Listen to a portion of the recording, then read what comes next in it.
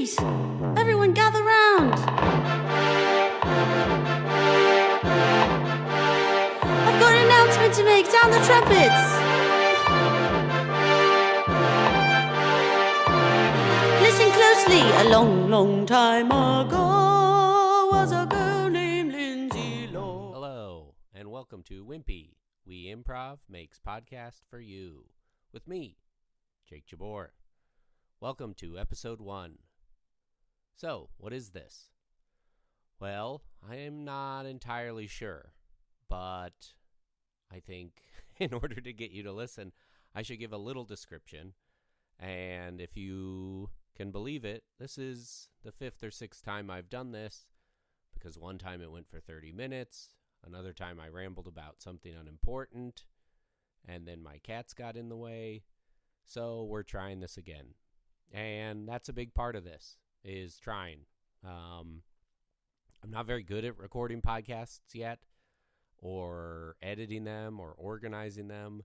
But I want to get better at it. And for those of you who've been around me in the last couple months, I'm doing the artist's way. So this is me exploring something creatively without necessarily having the skills to do it, but following it because it seems fun, which is what got me involved in improv. And every good improv scene needs to start with a who, what, and where, and eventually a why. So I figured that's how I'd start this podcast. So who am I? I'm Jake Jabor. I founded We Improv. It's a improv school and theater in Los Angeles. I was a special education teacher for about 10 years. I was taking improv classes at UCB. I started coaching, and then I started teaching a workshop with no other goal in mind than I needed to fill up some hours in the day that weren't being utilized by teams, because teams always wanted to practice evenings and weekends, and I couldn't survive on evenings and weekends. So I put together a workshop using some of the strategies that I got from teaching and from improv, and a book called The Inner Game of Tennis. And I priced it incredibly low and ran it out of my apartment. And people started showing up. It was very much like the building a computer in your garage, except improv. There was no plan or organization or business model. I just started doing it. And my initial goal was to put together a workshop that reflected my experience on a house team. My first experience on a house team was pretty challenging. I really liked everybody, but I found I was lacking a certain skill set, and that was playing with people that I didn't know and playing with them regularly and practicing. Before that, I took classes, and I was one of 16 students and sat through most of every class and maybe didn't even improvise with everybody in that class because of how many people there were and the way the class was set up. And I had practice groups and indie teams, and I put those together, or somebody else put those together, so we all knew each other. So the aim behind the first We workshop was to have a curriculum, which was based on the inner game of tennis, to keep the class sizes small, and to have high reps, and to have multiple performance opportunities.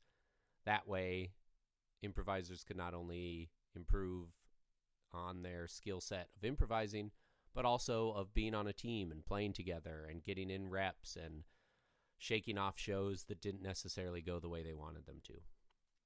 That was in 2016 or 2017. Cut to 2024. I now have my own space called the We Space. Sometimes people call it the We Hole, but I'm trying to get people to show up, and I don't know if the We Hole helps or hurts. But if you like the name of the We Hole, then come on down. And if you like the name the We Space, come on down. We're located at 6075 Franklin Avenue, Suite 70. We're in the big teal apartment building. We are on the east corner. We have our separate entrance. It's a little staircase down there. And look at that. With my own podcast, I can plug my theater, which is part of the why, which we'll get to. So that's who I am. What is this podcast? Well, initially, I just wanted to record the improv teams that play at WE and showcase them because I think they're great. A lot of the teams have been a part of WE since before the pandemic. Some formed during the pandemic, some formed after the pandemic. And what I think separates WE from all the other schools in Los Angeles and what separates WE from all the other theaters in Los Angeles is I don't hold auditions and I don't put the teams together. They put themselves together. And I think that creates something pretty special and magical, and the shows are great. There is no substitution for team chemistry, group mind, that connection, and I think that what they are able to achieve as a team that trusts each other is great, really great. So I wanted to create some sort of way for people to hear it because most of the podcasts and live stream shows are essentially all-star games. They get a bunch of people together who are notable and put them up, and that's great. That can be very fun and entertaining, but I don't think it has the same magic as playing with people consistently and building that trust and learning the style in which somebody plays. The analogy that I think is apt at this is the Summer Olympics. The USA NBA basketball team won the gold, something that I think a lot of people thought was guaranteed, but during the Olympics, it became apparent that it was not guaranteed. They really had to work for it because they were playing against teams of people who play together all the time. And USA basketball has the best players in the entire world, and they pay them billions of dollars, and they were not running the court on some of these other teams. They really had to work for it. And I think those other teams, Serbia and France, they exhibit what we're trying to do at WE, which is have people play together regularly. Take away the fear that you're going to get cut or that the team is going to get broken up, and see what happens when people have a safe space to take risks and support one another. The WE model was experimental because it was a place where there wasn't an artistic director in charge of the teams. There weren't auditions being held. The people who were performing were students who had come together and made their own teams. And I think that is something magical. I think it reflects the punk music that came out of DC, which I know almost nothing about, but I know that there was nothing like it before, and a band gets together to play music that they want to play. And so maybe a better comparison is rap in the 90s, the Wu-Tang Clan. Those guys came together because they wanted to create a certain style of rap music, something that hadn't been made before. And I think that improvisation is more similar to music, in at least when it comes to musical acts or groups or bands. There are no points in improv. There are no scores or beating other teams. So the idea that we would pick players and put them together and try and create this team to win at improv always bumped for me. Now, full transparency, it bumped for me because it took me 9 auditions to get on. So I wanted to create something that didn't exclude people from the art form, that said, find your people, find a group, show up, put forth the effort, and you can have stage time. Because I believe in the WE model. I believe that anybody who goes through it and has life experience, which is everybody, can be up on that stage and can be entertaining. And if you can surround them with people that they feel comfortable with, then they will feel confident. And if they feel confident, they will be creative. And creativity lends itself to collaboration, and collaboration lends itself to creativity. So that's the what, is I wanted to showcase these teams that I think are doing something exceptional, and I wasn't seeing it done anywhere else. So that's where it started. And then I decided that I wanted the format to feel like a talk show. I have some experience with that, producing shows that look like talk shows. Check out We're Gross. We're coming back. I can't say much more about it. If you are familiar with that show, I hope that excites you. And if you're not familiar, I apologize, because I'm doing that thing where I make a reference that only some people get. So I apologize. But I needed guests to interview. And there are lots of great podcasts interviewing comedians and improvisers. Yes, Also is tremendous. So I wanted to do something different. And I wanted to I wanted to interview people who maybe had a different experience coming up through improv than the one I had, or who were in an improv community that was different from mine. So I decided that I would interview people who have experience in improv communities outside of Los Angeles. And that's all I had. That, and then I would do this little monologue, which I promise I will wrap up soon. And then those interviews turned out to be incredible. Just so uplifting and inspirational, and I just learned a lot and felt so much better about the direction improv was headed. I'm a little worried about it, at least in Los Angeles. I think it is modeling itself after studios and streamers, and those are big corporations looking to make lots of profit. And improv isn't really profitable. You want to make the choices that allow it to survive and sustain, but what makes improv great is that it's unpredictable and unscripted, and that is kryptonite to advertisers. So if you can find a way to keep it alive, you are free from any executives telling you it needs to be more like this or it needs to be more like that. So I thought, I'll interview these people where Hollywood is not in their backyard, or they're not in Hollywood's backyard. And I was delighted to find out how much improv was doing for other people and how much other people were doing for improv. So then I wanted to share that. And then lastly, like I said, improv doesn't really attract advertisers, which I think is great. So it dawned on me that this podcast could be an advertisement. Yes, it's an advertisement, and I apologize. But it allows me to talk about the things we're doing in Los Angeles and spread the word on our classes and shows, all of which can be found at weimprov.org, or follow us on Instagram at weimprov.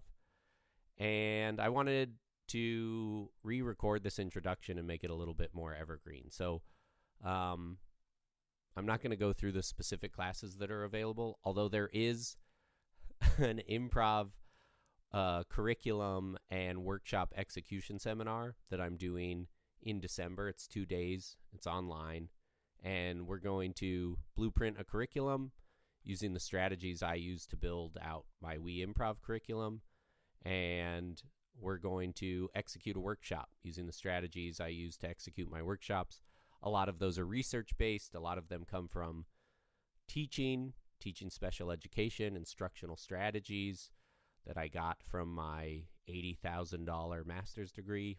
And I'm sharing it with you. So hopefully wherever you're at, you can expand on improv, because we all know that improv is better when we bring our own experiences to it, make offers, accept offers, and collaborate. So these interviews allow me to collaborate, allow me to learn, and hopefully these sets that you're going to hear are going to be fun and entertaining and give you something to think about.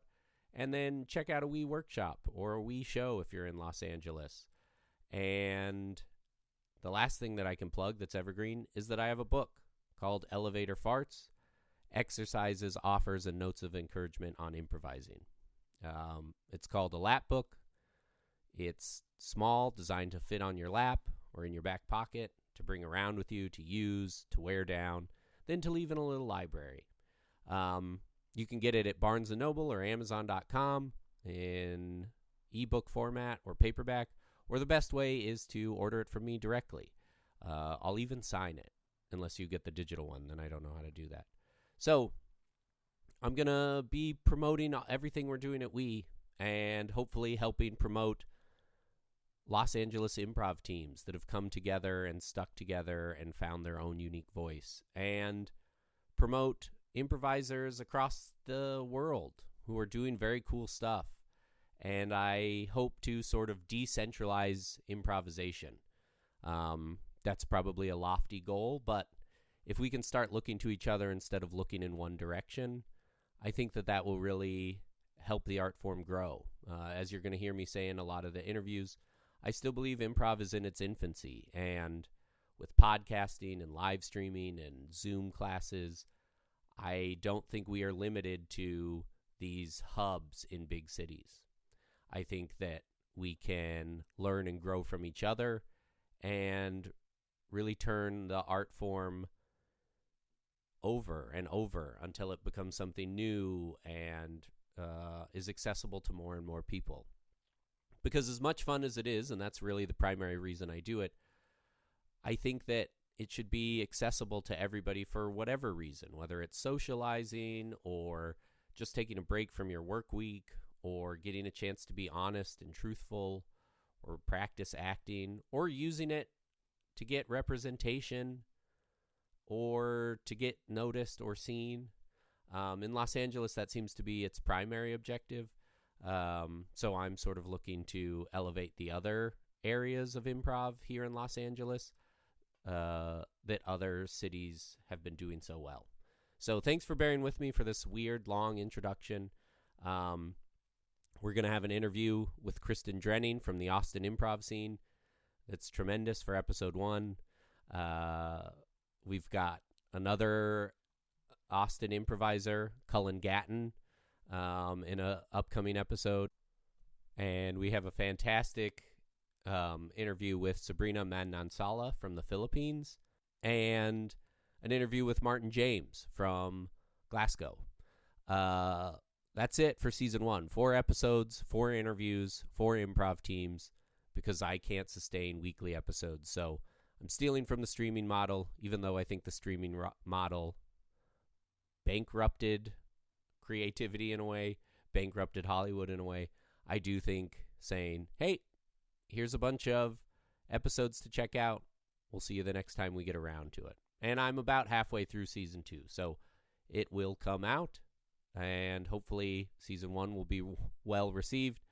But if it's not, at least I will have built up my podcast editing skills and given a platform for some improv teams that just really make me laugh, and get to lift up my soul talking to improvisers who are doing some really cool, thoughtful, creative, hilarious work all across the world. Okay, that's it. Let's get into the interview. Ta-ta. Please, everyone gather round. My guest today is Kristen Drenning. So thanks for being on and chatting with me. Oh, yeah. Thanks for having me. Excited. Yeah. So we know each other from a kickstand workshop, right? Yeah, right. Yeah. Exactly. Because I think it was Jude De Silva who recommended it, but yeah, your name had been bouncing around. Yeah. And how did you find improv? Like, how did it come into your life? That's a great question. I had just moved to Austin and was feeling very lonely and isolated. And I saw that movie by Mark Birbiglia, Don't Think Twice, and I was like, that's fun. And then the same week, my therapist was like, you really need to get like an activity where you can meet other adults that could speak to you other than your pets. So I was like, okay, cool, great, I'll try it out. Um, yeah, don't think twice. I find that interesting. Um, I had been doing improv for a while when I saw that movie, and I was slightly defensive, I think, about that movie. Like I thought it sort of took some shots at Oh, the yeah. improv community. So what about it? What was your impression of the movie, or what spoke to you about it? I mean, looking back on it, I could totally see where where you get that feeling. But for me, it was like I was focusing more on the parts where it felt magical, like when they were having a great time. You'd see them going on stage and just being like a total unit and having a lot of fun up there. Plus, I mean, I was always excited by outlets where you could be creative as an adult and not be super necessarily ambitious, because that's me, basically. And it seemed like a good one. Oh, Yeah. this is great. So, um, uh, I feel like people who know me are can anticipate me getting excited about you sort of being like, oh, improv is a creative outlet that doesn't necessarily demand high ambition. Because I'm constantly sort of pushing back on that in Los Angeles because I feel like it is in a city of show business and therefore can often be sort of interjected with ambition. Yeah. But you find it as an outlet independent of that. Yeah. So, I mean, the reason I say that is that you can do all you want. You can practice a lot, and that certainly has a huge bearing on how you play. But you can't do the equivalent of be the goody two shoes at the front of the class. In improv, it's not going to make a difference about how good you are. And I, being like a very type A, like I have OCD, I overdo everything. Like I have been guilty of spending like 6 hours just going between the six fonts on Instagram, unable to post because I just want the right one. And I just can't do that in improv. And I guess that's the kind of ambition I mean, which is like the perfection ambition, because it's not a perfect art form. Yeah.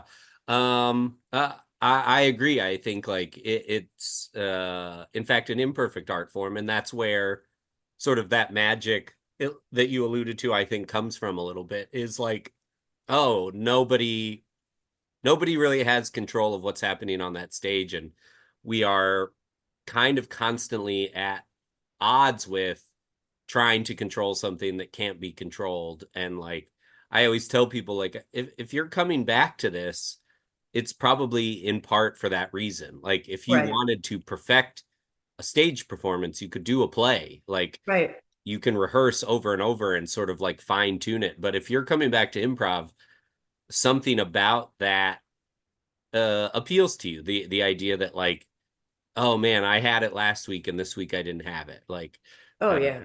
and because there isn't, like you said, there's not like a way to sort of like more traditionally rise to the top of your class.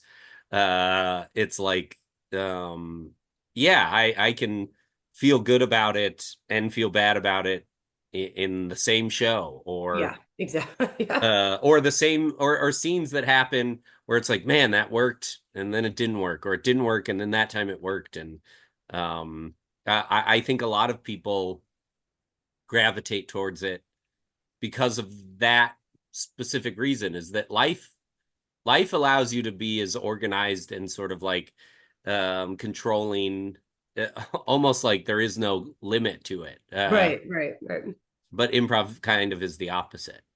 And I'll tell you, like, I very much respect stand up, and I've definitely tried my hand at it, and I love it. But I just like, for me, I'm my best when I'm on my tippy toes at all times. I need the like sort of adrenaline high that comes from not exactly knowing what's coming next. Otherwise, I get very bored. Really quickly. Yeah, So, me too. I tried stand up too. I sort of put stand up on a pedestal. Like that was the thing I mhm. wanted to do the most. And I took a stand up class, and it did feel like, oh, because I'm practicing these jokes and writing these jokes, they can I can fall into a trap of like them never feeling ready. Yeah. Yes. Yeah. And improv is like by its nature never ready, sort of. Right. Yeah, and it's the only way I'll ever get anything out there. Like literally, I never know when to drop in on a joke, what, how much like preamble, just all of that disappears in improv. Which is not to Yeah. say that we don't have like a methodology that makes things come out smoother or less smooth, but it's something I like that it's something that becomes instinctive, right? Because it has to. That's the only way it can work. So it's not as cerebral in that regard. This is great. I asked you to do this not really knowing your views on it. And I'm not trying to put out a podcast that is like persuasive in any by any means, but it is nice to hear that echoed back in a way that's like I think that's where the fun comes from. And lately I've been sort of obsessed with this idea of like letting go of the attachment of knowing where the scene is going to go. Yeah.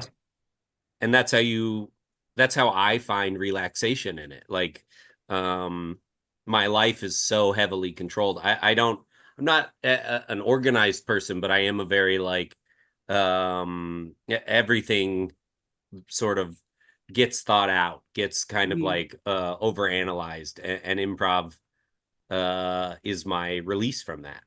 Absolutely. I think that's what attracts so many. I guess it's like a confederacy of neurotics. Oh, Mhm. I love that. I love that. So that kind of gets me to what I was going to ask next. You sort of touched on it, but what is it that you get out of it? Either like any of it that applies to your life outside of improv, or is it totally escapism from improv? I know that you now or you do some teaching and coaching as well, right? Oh yeah, I was gonna say at this point, what do I get out of improv? It's my identity, which is for better or worse. At one point in my life, in my past life, I was a lawyer, very unsuccessfully, in my opinion. Um, just like I just never was very disciplined. The same things that I talk about, like I just like this trouble of like producing things because of these like this need to get everything not right, but like just overthinking everything. And then yeah, it started as this outlet, like a way where I could feel confident and get confident in myself and my ability to create things without having to think so much. But also just like the constant affirmation was nice. And slowly but surely, I somehow switched over completely to now I teach every day of the week and I house manage. So I do it full time, Oh, which is really? crazy. Yeah. I The don't, I exhausting think version. when we did that workshop, I think you were not doing it full time. Oh no, no, not yet. No. So that's rather recent. Yeah, it's definitely been recent. It's a funny, I guess how it works is like one theater says, okay, you can teach for us. And that's all it really takes, right? And then all of a sudden, all the other theaters are like, okay, well, now that you have a stamp of approval. So Austin has four theaters. So I'm at this point, I've got the market cornered, um, which is cool. It is there such thing as too much improv? Do I have anything else to talk about when I go out for drinks? I no, I really don't. I only talk about improv. It's terrible. Well, it's not terrible. It's especially not terrible for this. I think that's great. So, that I'm a little curious about that then. So, do you teach at all four theaters? Yeah, I do. I mean, I primarily teach, it's funny, I primarily teach at Hideout, which was my home theater. They would do narrative style, long form, like Johnstonian style, improv. But my heart, I guess, in some ways, and they know this, is with Game of the Scene. So I perform mostly at Cold Town. Okay. So an interesting duality there. I Yeah. love Cold Town. Yeah. I performed there and got a very cool shirt. Mhm. I wish I had more to say about it, but I remember having a fondness for it. So when you're as a teacher, do you feel like you are adapting to the school's model that you're teaching at, or do you think that you kind of teach Kristen's style at all these schools? It's funny because I'm like really struggling with what I think about that because sometimes I feel like such a spineless improv jellyfish. Like I am wherever my surroundings are, and I do what I'm told because it's true that when I do a hideout style show, I do play very very differently than when I'm doing something at Cold Town or at Fallout. The curriculums, especially for levels like 1, 2, 3, and 4, are pretty similar. So I'll take whatever I think I really like from one school and I'll bring it over to another.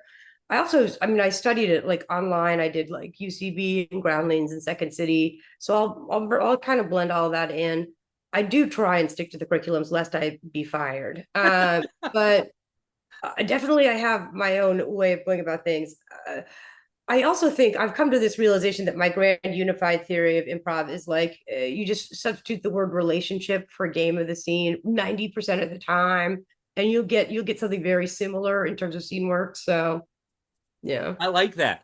I tend to do um I think that relationship thing works really well. I haven't considered that. I tend to go, what is the unusual point of view? Like Hmm. that 90%, 95% of scenes are about somebody's point of view. You Right. can do scenes about a wacky corn maze, but those are so much more rare than the person who wanted to put up a wacky corn maze. Like, Oh yeah. and so I would imagine, yeah, you're kind of adapting it maybe to the terminology of the place, but Mhm. fundamentally you're sort of bringing the same sort of relationship or dynamic to it. Is that I think right? Groundlings like has a really like their take on character I think is really instructive, which is just that like and I think I've heard Will Hines talk about this too, that the internal want and the external want, like when it comes down to it, the internal wants are just not that many, right? Like we want love, we want affirmation, we're jealous, there just aren't that many. The thing that makes things stylistically very different are how we express that externally. In premise improv, it's a little bit more absurd, right? Yeah. In like long-term narrative improv, often it's like these characters are basically are on a date in that they have to keep getting along for a longer while. So they're subtler, but it's still these objectives are pretty much the same. But we see like absurdity, echo and pattern and stuff in game of the scene improv because we aren't expecting like a repeat performance. It's not a two-player game as much anymore. Right. Whereas like, if you have to have a whole 45-minute show with somebody, you're going to have your wants there but you're going to express them in a more grounded way, just generally speaking. But you heighten, Yeah. Uh, I wonder if, or that makes me wonder a little bit, like in the different schools in Austin, you said like it's a smaller improv community, and I think like I was trying to think of like the number of outlets here in Los Angeles, and I think there's I was like, whoa, we don't really have more than four, and then I was like, well, maybe there's twice as many actually. But do you find I don't know.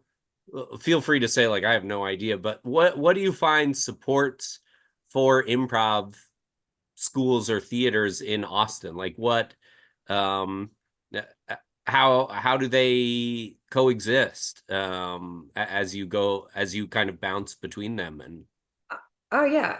Well, I'll say that like there's a huge demand. I think in part because Austin doesn't really have all that much to do. Not to be hard on Austin, it's a great city, but like we don't have museums, right? We don't have we have this soccer team I keep hearing about. But I mean, the people watch the football things, but like and there's music, obviously. But like in terms of creative outlet, there's a huge stand-up scene, and then there's people who want to do something less intimidating than stand-up, and improv's a great outlet for that.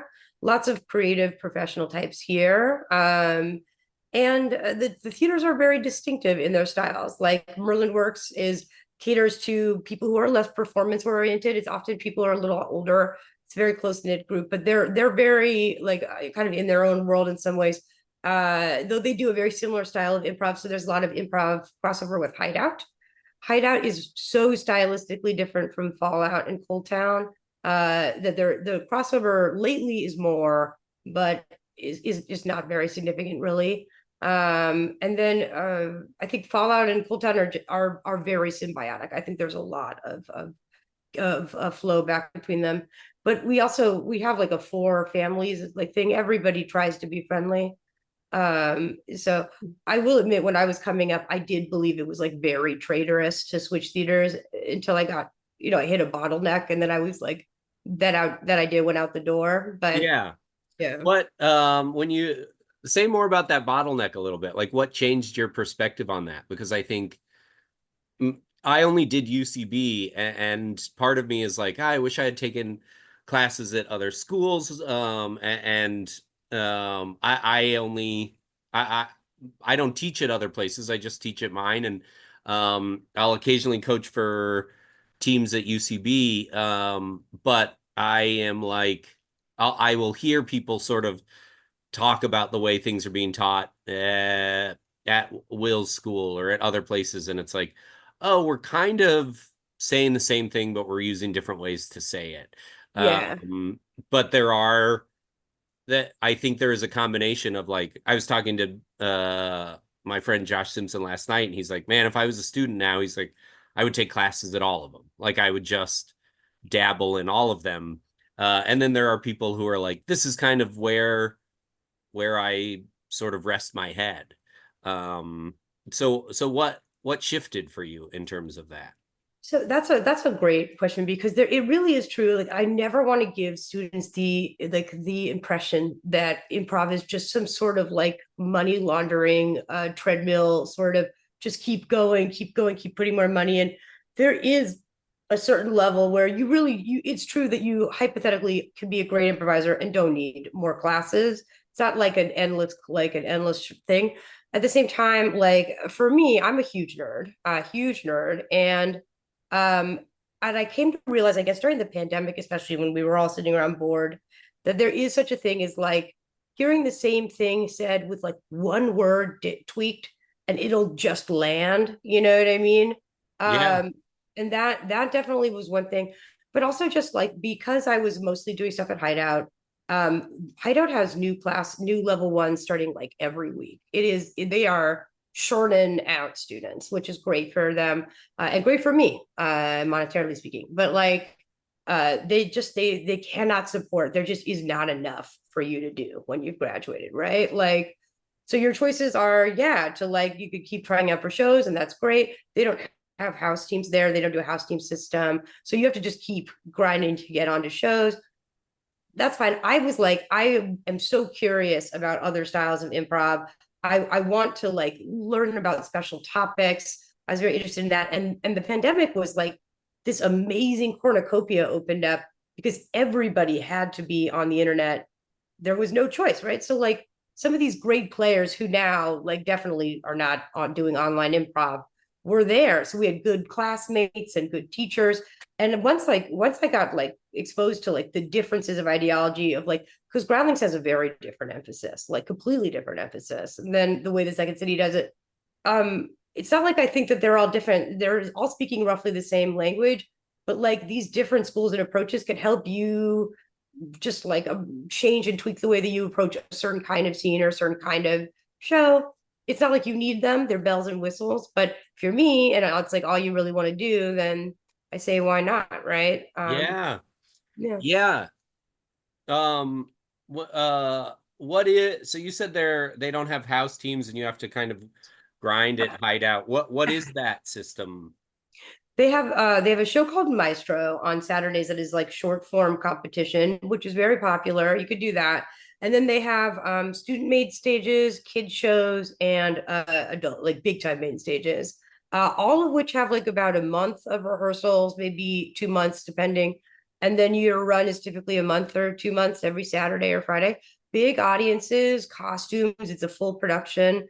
Wow. But then it's that's it, back into the stream, to start again. So it is a constant sort of like turning over. So you may get a run, and I the way I'm hearing that is like you have a team that submits, or They audition for casts. The directors are like guided through. By the way, I'm sorry for how dark it is. I realized I'm moving and I don't have a light bulb. oh no, that's totally fine.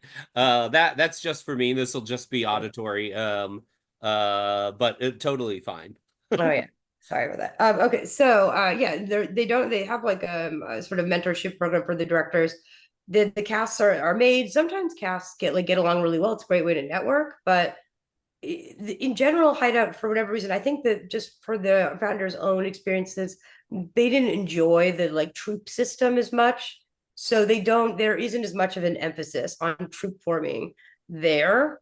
And which makes for in some ways great community because people are constantly working with different people, so it's very close knit, which is great. But I also think there's something to be said for like working with people, practicing once a week with a coach, really getting to know each other, and that is something that is much more a Cold Town and a Fallout thing, Okay. for whatever reason. Yeah. Um, what if you were, have you given any thought to like, oh, if I put up my own theater, how I would design it, like how I would sort of curate it. That's so hard. I think, I mean, I definitely have made jokes about founding a theater, UC Boston. It's maybe UCB, but with the B moved over. I think that's hilarious. But beyond that, I enjoy Game of the Scene.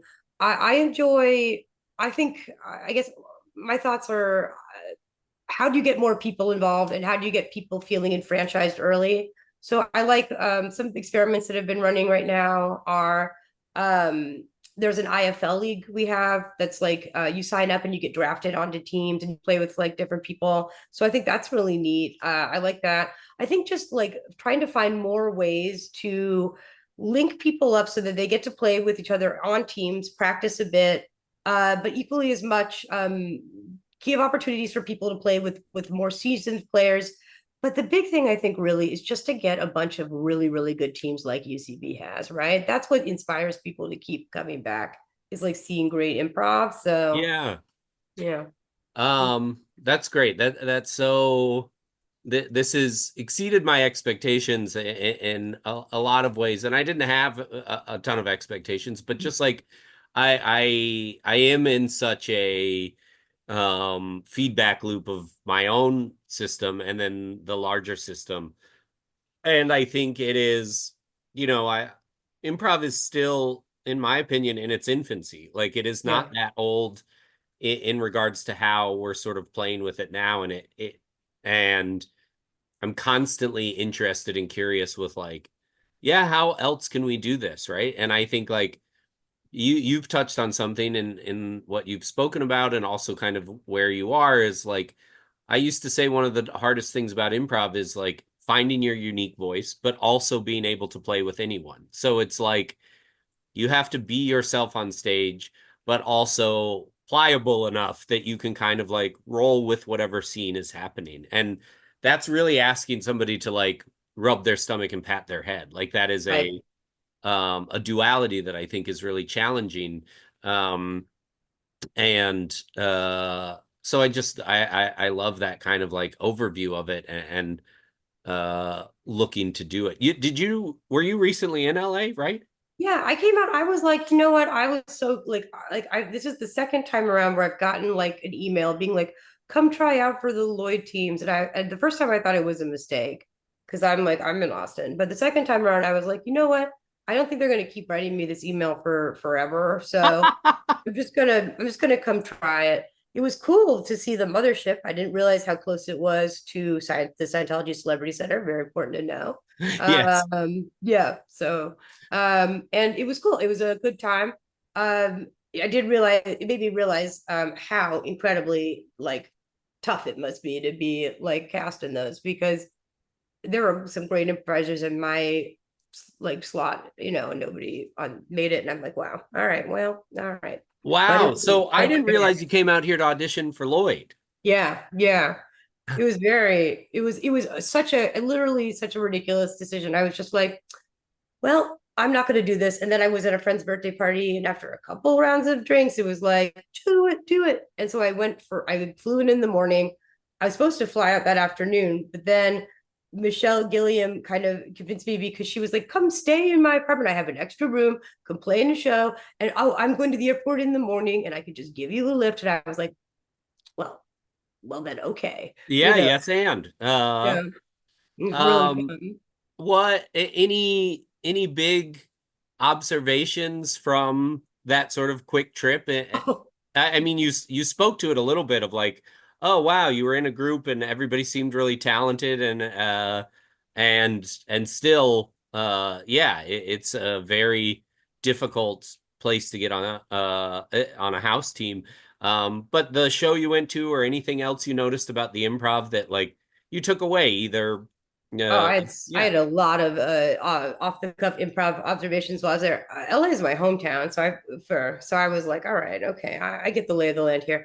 My friend Aspen recently moved out there, and they're doing stuff over at Impro, so I learned a lot about what's happening over there. Similar like issues of like cast tenure versus like bringing in new people to get new ideas, which had a very hideout similar.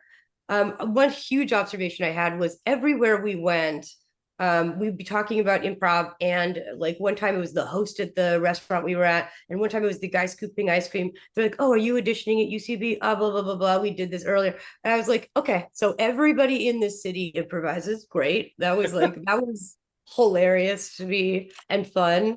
It was great. I got last minute advice about how to staple my headshot to my resume Oh, from oh, what was the dude. advice?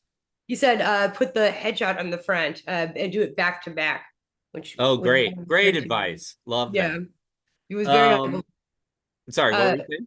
but also I got to play with the Cabal, which is a troupe I guess it formed quite a while ago, and they do this really fun show where it's three teams and it's all a macro scene, so each team does their own, but they connect. I thought that was cool.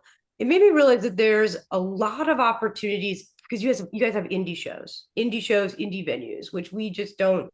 Here you have to go through a school. There just aren't very many opportunities to improvise outside of that. So that's one huge difference. It's just that there's a lot of places to make friends and perform for your friends, similar to Austin for very modest audiences. But that said, like you also get a chance to play with lots of really cool people, lots of variety in the kinds of shows you have too, which is cool. But I also kind of did notice that there's a real chasm between the the pros at UCB and like the rest of the mortals, including me. Yeah. It seems impossible divide to bridge. But maybe That's tell that a, people a do. astute observation. I think Yeah. that's a that's yeah, that's very true. And a bridge I would like to see closed. I think improv is at its best when more people are getting to do it. Like it is because everybody improvises, right? We do it in our daily life. So it's like what you're bringing to that stage, nobody else can bring. We can give you all the structure and the tools, and the different schools say it and do it differently. But once you have that, it's like, well, you're going to make this scene different than anybody else might because of what you've done, right? Or said, or learned, or felt. And so I think that's a really great observation. Was there any similarities? You spoke a little bit about like, oh, the troops and the turnover. Was there any where you like, oh, even LA is doing these types of scenes, or um like my example, this is not quite it, but uh it was like maybe around 2018 or something where it was like suddenly billionaires were in scenes. Like people were playing billionaires. And I was like, Mm-hmm. before 2018, I don't recall scenes involving billionaires. Like, and now it's died down a little bit, but there was a real like everybody's doing a Bezos scene, like or an Elon Musk scene. Like billionaires have infiltrated their way into the improv scene. Oh Was there yeah. any like overlap between LA and Austin? Yeah, I think that it's like in some ways it's a scourge to a grounded based reality, but I think that in both LA, I noticed, and also here, there has been a recent influx of like realismo Mexico, like just like tiny bits of the supernatural or like tiny bits of like powers that we ought not have in scenes that are hypothetically very grounded, like they're not being treated as the unusual thing. And that is a very confusing, but also a very understandable trend. But I have definitely done Really? it. Yes. Oh my God. I have to tell you that delights me. I really love and part of me is like, oh, I didn't realize it was I didn't think that was happening because I when I teach, I'm sort of like trying to remind people that like this may look like our reality, but it doesn't have to be our reality. Right, right, right, right. And I love if what I've been telling people lately is like if you're on a team or in a class and you don't know people very well, Mm. then the unknown is probably your dynamic with the other improvisers. So keep your scenes pretty well known. But Yeah. if you've been playing with somebody for a while and you're on a team with somebody and you trust them, then that dynamic is very well known.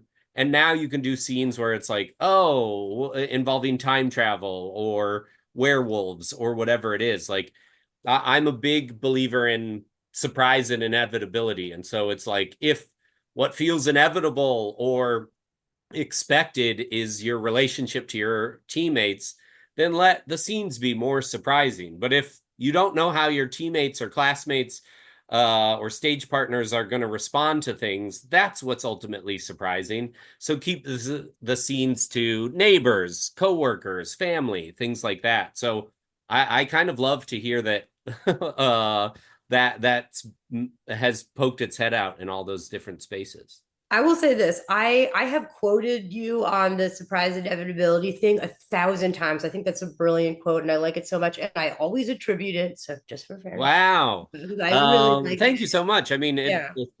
it's Aristotle, so I can't take any credit, but Well, I attributed that. I will double attribute it. yeah, I yeah. want to read a book about tennis you talked about once at some point. Anyway, so I'm totally with you that it is great to get away from like just like the same old, like very like tropey interactions. I'm all about it. I guess what I'm saying is like there's also on the other end of the spectrum, like for example, if you play a scene where everybody's a werewolf, it's hard if the facets of being a werewolf, which are supposed to be rules in this universe, are like it could be anything and it feels like you're just throwing darts at the wall. Like I Yeah. like when there's like an eternal logic to like, okay, this is our world with our regular rules, but this works this way, like an if this then that, like we know. And I feel like sometimes when we don't have that and people don't react to something unusual, it feels more like if you started a scene and somebody was like, honey, I want a divorce, and the other person was like, oh, okay, cool, that's fine, you know what I Yes. mean? Yeah. Yeah, I think that's great. Just a couple other questions for you.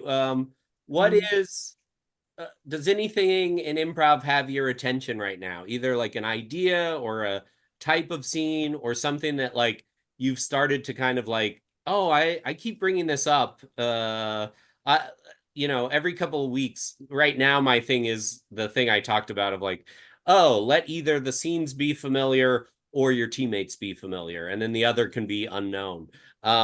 Is there something right now that's sort of like holding your attention that you've been thinking about or Recently, the Dazarinsky came into huge vogue here, which is just the mechanism of having a scene in which when somebody walks off stage, the other characters endow them with a bunch of facts or history. I love the notion of playing literally like in service of your scene partners instead of yourself. I think that helps me get out of my head. It helps me build a little bit more organically when I'm not thinking about taking care of myself. So that's been something I've been really trying to trace. And then, I mean, I have been trying to shoehorn mapping into like mapping scenes into everything I do because they are my favorite kind of scenes always. So do you there's a have this is the hardest thing in the world because I've been interviewed, so I know that. Do you have an example of that, like how you might Oh, well, like I mean, Alex Berg taught this really great exercise, which I steal all the time, where you have people play the dramatic, like trope moment in somebody's life, like a milestone, like asking somebody to prom or like having the talk, or you know what I mean? Then and you play that scene full tilt emotion very seriously. Then you have the players beat by beat reconstruct the scene, but now instead of talking about like becoming a woman, you're talking about changing or like buying your very first iPhone, something stupid, you know what I yeah. mean? But like you're gonna blossom, you're gonna become a fuller person as this happens, but there'll be unknown changes and there will be danger, you know what I mean? Yeah, So yeah. that's Um fun. yeah, what do you like about that? I don't know. I guess it's honestly, it's the same joy that I get from doing like a really great analogous second beat, right? It feels like math Sudoku or improv Sudoku. And I don't know, for whatever reason, I like to pat myself on the back. It's just not what naturally occurs. I think our brains naturally think in terms of plot, and therefore, like the easiest thing to do is to continue a narrative. And it feels good when you can retrain your brain even a little bit to just think a different way. Yeah, I really love that. I really, really love that. So you said that improv has kind of become the thing that has consumed your life a little bit, but um, uh, what what else? What do you do to take a break from it, or anything even tangentially related to it? Like, what's your? I find because like I need to go home sometimes where it's where people aren't always making jokes or talking about that thing like and I it you know and I miss improv deeply when that happens, but it's always nice for me to get like a little respite from this thing that I to remind me of why I'm doing it in the first place. uh, Right. do you Yeah. have anything like that? Yeah, absolutely. I mean, I have the Alamo season pass. Alamo's our movie. I think it's a franchise. Everybody's got one now. Yeah, Josh and I I go just to went the last movie. night. Yeah. Yeah, I go constantly to the movies. I see terrible movies and good movies alike. My favorite five movies of last year were Madam Web, Madam Web, Madam Web, and Twisters. So, like, no, and that's just like a nice way to turn off your brain. I also just like I come home a lot, and in my fortress of solitude, I'll chain smoke and listen to books on tape, and those are my escapes. But even my partner is an improv teacher. I mean, we really do, I don't escape it nearly as much as I should. I have very Yeah, small I don't world. think you need to escape it. I'm I'm even sort of like, you talking about the Alamo Draft House is like I'm constantly seeing things and thinking about the way in which they reflect improv or my relationship to improv. I saw the Casa Bonita documentary. Oh man, I want to see that. I love Central Um, Park. I Yeah. think it comes out on Paramount this week. But I saw it at the Alamo Draft House because it had a limited screening, and I'll be curious if you watch it, what you think about it, because it is this great story, but there's a bittersweetness to it of like Trey Parker is essentially trying to own something that he can't, like he physically owns it, he bought it, but there's this kind of like wrestling with what does it mean to try and preserve this thing that you had an idea for, um, but allowing other people to enjoy it as well. And that has really been something that I've been thinking about with regards to improv of like, I care so deeply about it and I want to see it. It's funny in scenes, I'm very good at letting go of my expectations and my attachments, but outside of the scene, the improv scene, I have a much more difficult time doing that. Like Yeah. I'm like, how do I get more people to access this? How do I get people to not see that bridge? How do I get people to feel like you don't have to be the greatest improviser in the world to enjoy this every day? Yeah. Um, but I I don't have control over it. Oh yeah, it's so funny. I have the exact same. Like I have these students. Every time I lose a student, it's like if especially if they just are loving it or like they're really good at it, it feels like a horrible loss. But people have lives, and I hate that. But it's like, how do I get people to know that they can keep doing this and they can do it casually and they don't have to like fall into the abyss, but also give them enough to get excited about. And that's such a like that's why I love the idea of like having like junior team competitions, like troops that are only in levels 1 to 4. We also have an awards show here, which is so dumb, but it's so fun when you get something like Rookie of the Year. It feels great. Oh, I love that. Yeah, yeah. Um, that's super fun. Same time, it's so funny. I equally as much. I have a couple students who are literal prodigies, and they just like went off like rockets, and then I immediately get jealous. So there's no winning with me, right? Right. I acknowledge that, I guess. Yeah.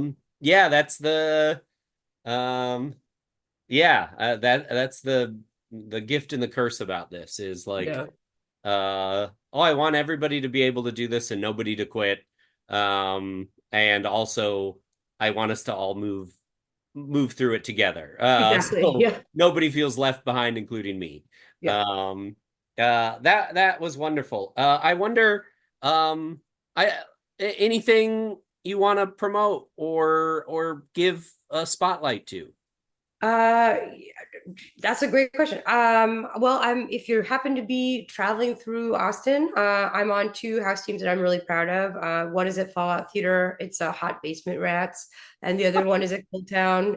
Yeah, I missed one rehearsal and I come back and we're named Hot Basement Rats, you know. And then my other team is called The Monster, and we do the Herald on Fridays at Cold Town.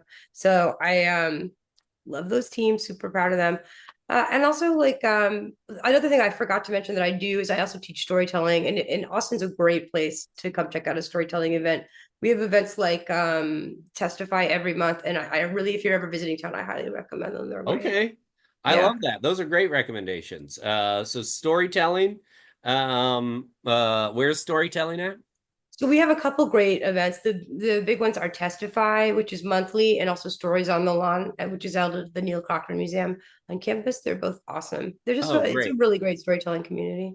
I have a habit of being like, let's repeat that as if this isn't going to be something somebody could just go back 10 seconds. Never heard. So Hot Basement Rats and the Monster. Yeah, yeah. Kristen, thank you so much for taking the time. This is like truly uplifting. And I'm so glad we could connect and talk about improv. Oh yeah, no, I had such a great time. I really enjoyed it. Thanks so much for having me. Yeah, of course. I'm collecting these all and then gonna try and put them out as like a season. So it'll be a minute. But I'll reach out to you when when I've got it all finished and stuff like that. And thanks so much. I really Oh yeah, appreciate it. thanks again. Yeah, I really enjoyed it. All right, I'll talk to you later. Bye. Right, later. All right. Let's take a little pause for a word from our sponsors. And our sponsors are me, We Improv. Have you been enjoying this podcast? Check out weimprov.org for more We Improv related stuff. I've got a book, Elevator Farts, Exercises, Offers, and Notes of Encouragement for Improvising. You can get it at weimprov.org or amazon.com or barnesandnoble.com. It's available in digital and paperback. And it's got a bunch of exercises and, well, offers and notes of encouragement for improvising. It's small. It's part of a series I call Lap Books, designed to fit in your lap or sit in your pocket. Yeah, check it out. Let me know what you think. Also, I have a seminar coming up on improv curriculum and teaching. It's online, so wherever you are, you can check it out. It'll be recorded if the time difference is too crazy. But it's Saturday, December 14th and Sunday, December 15th from 11 a.m. to 1 p.m. We're going to blueprint an entire 4-week curriculum and then execute a 2-hour workshop. I'll show you how I did it. We'll do it together, and then you'll have the tools to do it yourself. That you can sign up for at weimprov.org. We also have a 1-day seminar in person in Los Angeles with Celia Gurney called Mix It All Together, leveraging your other interests and commitments to go further in comedy. Celia started an improv scene in France, and she's been teaching here in Los Angeles at We. She's very resourceful. She has a wealth of information, not just for comedy, but for sort of like resourcing and strength finding and being able to connect your interests. So check that out. We have a humor writing class. That's online. You can do that wherever you want with Katie Barsotti, who's been published in the New Yorker Shouts and Murmurs and McSweeney's and Woolly Mag. She'll help you write a humor piece. Phenomenal pieces and reviews from the last round of this. So check that out. If you're in Los Angeles, we have classes. You can check those out. We have shows. Check those out. It's all at weimprov.org, or most of it is. All right, back to the show. Please, everyone gather round. Welcome, Shelby. Hi, Shelby. Good. Where do you all know it? Let's go around and do names. I'm Tyler. Great. I'm Ellen. Matt. Riley. Rin. Anise. I'm Sienna. And Matt. That's great. And did you all know each other before you became a team? Kind of. Kind of. A couple of us. Yeah, That's all you want to. I can take this one. Yeah. I think what makes our team kind of awesome and special is that we have like a bunch of duos that have known each other for a good while, and then we all came together to form like a team. Like Ren and Ellen have known each other for a while. It's true. Guilty. Sienna and Matt went to college together and did improv. Riley and I did improv when we first moved to LA together. And then Anise and Matt don't know each other. Yeah. But I think having like two fresh faces in a sea of like duos has made this team very special and like click really easily. True. That's great. You did a nice job with that. Thank you. What's a good time you guys had together that wasn't improv? Remember when we did a retreat? We did a retreat in the mountains. Lake Arrowhead. We went for a hike. We ran Touched into some a guy water. with a gun who warned us What? not to go further, and we didn't. Yeah. We really bonded over that experience. Yeah. Yeah. Then we went to a lake, and then a brewery, and then we watched some Halloween movies because it was around Halloween time. Halloween Town 1 and 2, I believe. And two, and then we watched also With like cookies. a horror movie. And to be clear, we weren't threatened by the man with the gun. It was hunting season. Yeah. Yes. But we were threatened in the sense that we believed him when he said not to go any further, because we've all seen enough horror movies to know that when a guy comes out and says, "It's hunting season, you better be careful," you don't keep walking. Yeah, we did actually go a little bit. until we saw the bullet There casings. were dozens of bullets all over the ground. And then, And that's when we really bonded as a team. yeah, we That's a really good did. time. That was a really Let's nice get time the we had. fuck That outta wasn't here. improv. We gotta get out of here. Yeah. Not the way to go. And some of you lived together, right? Yeah. Just two? Yep. Me and Sienna. Would you have... And that was a result of improv? Yeah. I guess it was, wasn't it? That's how we met, so for sure, 100%. And how's that going? It's a dream. Just great. Just Okay. wonderful. Our rooms are right near each other. Today there was an earthquake, Yes. and well, you scampered out of your room, and I just said, stayed in my bed. But, Was that an earthquake? and I said, yeah, I think it was an earthquake. So anyway, It was nice to not be alone in that moment. Oh, good. Yeah, that's because very of nice. improv, we're never alone. That's true. I like that you scampered out of your room. She scampered out of hers. I actually just completely stayed in bed, 100%. I was But I doing the yelled at her. scampering. I yelled back. Yeah. Is anybody... who's the most afraid of earthquakes? Whoa, that's interesting. Can we all say our answer? Who you think is? Yeah. Oh. Yeah. Sure. This feels like we're picking on somebody with a fear, but... I have my answer. Okay. It's Matt Bernstein. That was gonna be my choice too. What? I was just going to say Matt because I have a 2 out of 8 chance of being right. Yeah, and I also will say Matt Bernstein. Why do you think that I would be the most afraid of earthquakes? Well, I'm sorry, actually, we have to get the other votes. What do you guys think? I was going to say Ren just because of the scampering that we learned about earlier. Okay, and you still think that, or? I think so. Okay. I didn't have an answer in mind. It seems like a hard thing to guess.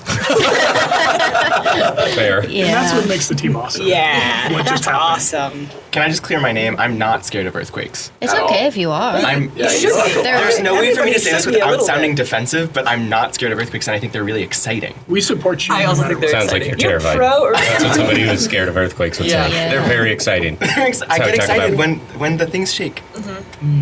Okay, well, so must not have a lot of valuables in your house. I don't. It's all my. Ellen's only cared about her stuff. Because of all of your valuables. Just because the plants. Just because all the plants. Yeah, your I plants. got a lot of plants on a lot of surfaces. And every Totally. time I water it and put Fabergé it back, eggs. I think if there was a big earthquake, I just want to push it in a little bit more away from the edge. What? So much to clean up. And you something live in a home. happens. You live in a home too, and I feel like I would be more freaked out about earthquakes if I lived in a home. No, I'm not. I'm actually much less now. When I was in an Yeah. apartment by I would agree myself with on the that. second I floor, would, yeah. I was actually the most scared of earthquakes I've ever been in my life, being like by myself and in like a not stable apartment on like a busy Exactly. corner. Every time there was any little shake, I was like running. Also, because it's like an old concrete structure, I feel like there's so many cracks everywhere, and I can notice cracks getting bigger. And when you Whoa. see it, that affects you. It's good that you were running, because that's famously what you do when there's an I earthquake. have a to-go bag. When I moved there, I bought a to-go bag, and it's under my bed. Not that you ever really have time to do that. I don't know the best case What's scenario. in your to-go bag? Just like snacks. And it's like your crank radio. Yeah, snacks first. They're Crank probably not radio. expired. Crank radio, one of those like aluminum blankets if you're cold. Yeah. Everything you're supposed to have. Do you have like a water pill? Yeah, I have all that stuff. Yeah. So come to my house. Anybody else have a go bag? I did during the pandemic, but then I just started using it as my book bag. But Is it fashionable? Not really, but I just need something when I go swim, so it's no longer my go bag, but it's your going swimming bag. Yes. I have one. My mom bought it. You can buy one off Amazon, and it's like a backpack, and it has everything you need for an earthquake. Huh. I don't really know. I forgot where it is though, which is probably not good. Perfect. My mom tells me I should get one all the time, and I don't have one. Sorry, Mom. Just come to my house. Okay. I have, in the back of my car, I have a big power thing for like a... Generator? Yeah, not quite a generator, but like a giant battery that you get that has a plug in it and USB plugs.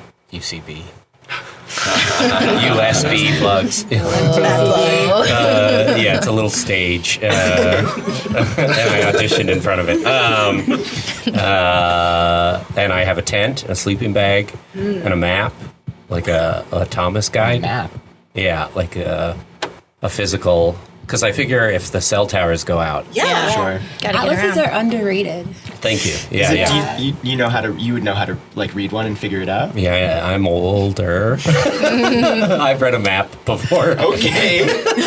Shout out to printing out MapQuest before going to your friend's house. I don't know right. if you've used one recently. If you would remember. That's true. I haven't used one recently. All right. But It's like riding a bike. yeah, which I don't have. I think I should get a bike because one time Franklin was closed and I went up the canyon and everybody went up the canyon and I was stuck in the canyon for like an hour and I was like, oh, this is what would happen if there was like an earthquake or a serious sort. Everybody would go into the canyon, we'd all get stuck. So now I'm like, I need a bike, probably an e-bike. I would recommend an e-bike. I had one for like a few months. Only a few months. A few months sounds like you don't recommend it. No, I would because after a few months it got stolen. So that's what happened. But I would still have it today. And my old roommate rides around on an e-bike, and he says the best way to get around is e-biking and then taking the metro when you can. In 2021, they didn't. You could just get in the metro for free, but now they check. So What is an e-bike? You can pedal, but also it's got a little like bird Gotcha. scooter in it. Yeah. Okay. Yeah. you can go like 25 miles per hour about. Up hills. We saw those. Yeah. Yeah, an emergency, that'd be great, because if you get tired, the bike's got it for you. That's what I was thinking. And I have a solar panel. Whoa. A portable solar panel. Oh, nice. You all are being very supportive. Everyone else I've told has been like, oh, we can't put groceries in the back. Because you have a fucking survival solar trunk. Did you read Parable of the Sower? No, what's that? Okay, it's like dystopian Octavia Butler. And that's when I got my go bag, because I was like, oh, if everything goes to shit, like... And aren't they in LA? Or They're in LA. Yeah. I know they're in California. Yeah. But yeah, I think it's LA too, yeah. I feel like I'm gonna prepare now because you guys have inspired me. It's What's the responsible. point? I don't have a lot of food, though. I have... Things go downhill, just let it happen. Wow, really? Don't you think? No. I care about If the apocalypse happens, I will last like 1 second. We're talking apocalypse. Yeah, that's different level. Okay, you're talking take just me straight out. up just an earthquake. That's kind of... I will drive around. Well, if I'm driving, and I see people walking, I'm like, I probably outlast them. And then I see people that I'm like, That's awesome. You're they're from gonna outlast Colorado, me. right? Yeah. Is this part of it? No, I'm weird. No, it's not a Colorado thing. You guys are all survivalists, Yeah. whatever. Do you think you could outlast everyone here? I don't. Oh boy. Yeah. I'm gonna say no. Just a blanket statement. No. I think I could outlast one of you. Yeah. Well, Ren or Sienna said they'd give up. No, Rin, No, Rin, in you'd an be fine. apocalypse. I feel, Yeah, we're talking I feel about like Bryn would apocalypse. last. No, Ellen would last longest. You'd last Yeah, longest. somehow Ellen would 100%. get real scrappy. But I'm so scared of that mushroom show. If I was in that, I'd kill myself. What? Mushroom show. The Last of Us. Oh, Last of Us. Yeah, that was so frightening. And it's like always watching so it scared before of the bed. mushroom show. I would kill I can myself never watch that before immediately. bed. It's so scary. I love HBO's mushroom show. If I was in an apocalypse, I would go to you quickly, Ellen. I'd be like, you know what to do. You can What should come. we do? Yeah. Well, we have a garden. I can come. Thanks. Yeah. Oh, I did buy a book on like gardening in your backyard that I haven't read, but I was like, I'll Yeah. read this when it Well, comes. I was gonna say if you run out of food, like you can forage. Yeah. You know? But Yeah. carefully. Carefully. Avoid the mushrooms. Well, No mushrooms. Some of them. you have to know the good ones. Sienna, do you want to go scampering with me today? Oh, I would love to go scampering. But I have to frolic in a couple of hours. How long are you thinking of taking? I was just thinking like a good hour scamper, you know. Yeah, I can totally do that. So, where do you want to scamper? Maybe just up the mountain. We can go to Runyon and have a cute little scamper. Okay, let's go. Okay. Excuse me, ladies. Hello? Didn't you hear What? the new ordinance? No scampering past 7 p.m. I'm sorry, officer. Can we frolic? Jesus Christ. You're shaking your head. You're shaking your head so much. You can't frolic, you can't scamper, and no shenanigans. You took out your gun. What type of Americans are you? We see Riley has red sunglasses on. But these are my scampering shoes. And these are my frolicking boots. Well, they're just normal shoes and normal boots now. Well, I guess we'll just have to skip. We see Ren and Matt frolic up and plow into Riley. Get him! We're dilly-dallying so much. We're just dilly-dallying and skippity-doo-dying. I think we killed him. Yeah. Oh yeah, he's not looking good. Knocked him into a mass grave. Mass grave, yeah. Uh-oh. With the actress from Priscilla. What? Well, I guess we can frolic now without any worries. Cut to high school with Matt. See. Yeah, so that's the Civil War. If you're curious about what happened there, and you've had a good. Did I teach you well, or what? You feel good about this? Well, you're making eye contact with me, so I'll answer, even though there are 30 people. Yeah, teacher, Yeah. I can answer. That My felt like hand's that raised. lesson was Yeah. purely for Matt. Sorry, yeah, I just want to make sure Matt understands, because I know everyone seems like they're understanding the material, but Matt seems like he might need a little extra help. I felt like I got it. The Civil War. It seemed like a lot happened. And Okay, there's but your always- test results aren't saying that you got it, okay? Why didn't any of us have a test? Yeah. My pencil's already. I just gotta make sure Matt passes the SAT, okay? Seems like you're way too obsessed with Matt and not worried about your other students. Yeah, what's going on, Mr. Doubtfire? Are you an undercover general? Yeah, are you an undercover general, Mr. No, Doubtfire? I'm not undercover. I'm not undercover at all, okay? I'm not undercover. Or are you a general? You didn't answer that part. I'm neither a general or undercover, nor am I Matt's mom. You keep making eye contact with Matt and Matt only. Yeah. Matt, have you told your mom you love her? Sorry, my nose is falling off. I guess I haven't told her in a while. Maybe she would like to hear that from you. Knock, knock. It's the secretary. Matt, you're needed right away. Your dad was in an accident. What? Mr. Doubtfire, is it okay if we take Matt? Yes, is it okay if you guys get a sub and I come with you? Who are you asking if it's okay? The main office, maybe. You want me to be the sub? Yeah, could you be the sub-secretary, Smith?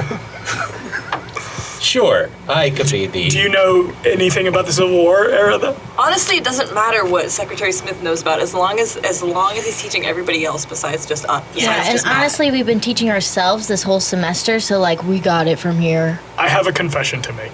Oh my gosh. Okay. I've not only been your teacher the whole year, I've also secretly been Matt's mom. Oh, yeah, we know. What? You guys know? We figured that out immediately. Yeah, everybody sort of knew. What happened to my husband? Oh, he was in an accident. Oh, is it? Oh, fuck. Oh, we just got a news alert. Everyone, look at your phones. Wait, no phones in class. Oh, now you were never discipline us. Fine. What's the notification? It says that a man was run over by a big truck full of rabbits. This feels just like the Civil War. This feels like an apocalypse. Someone kill me! Oh, that was a good trip to the grocery store. Yeah, we got everything. Carrots, Celery, onions, pickles. Okay, it's gonna be a really, really good dinner party. Yeah. Can you help me open the trunk? I'm holding so many bags. Oh, yeah. I got the little button. Uh-huh. Awesome. There you go.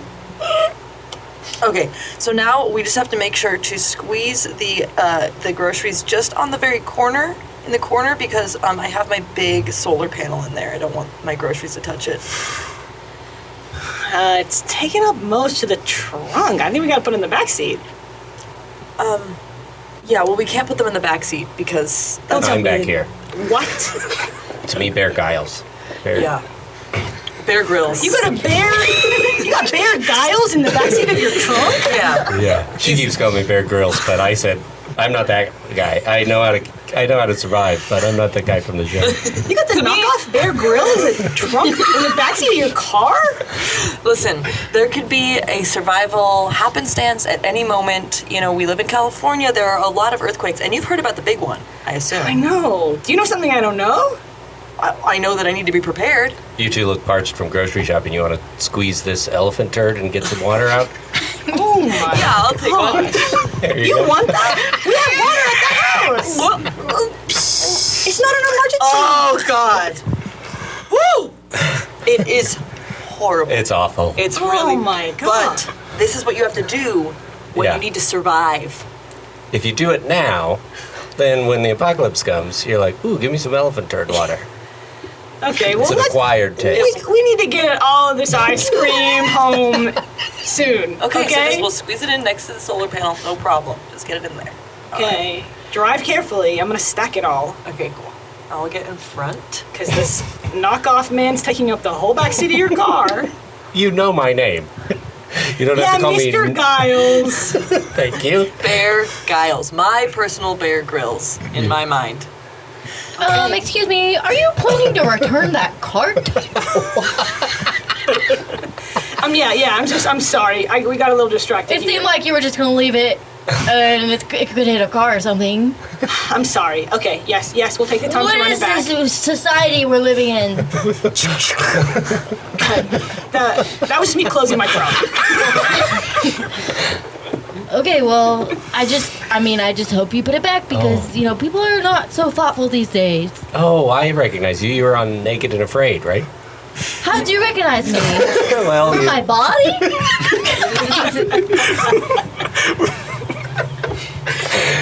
Yes. You don't look afraid. From my very distinct curves?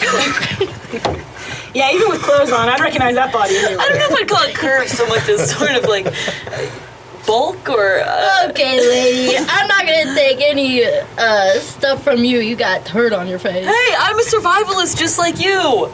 I never had to stoop that low. Okay, I made it work without eating shit.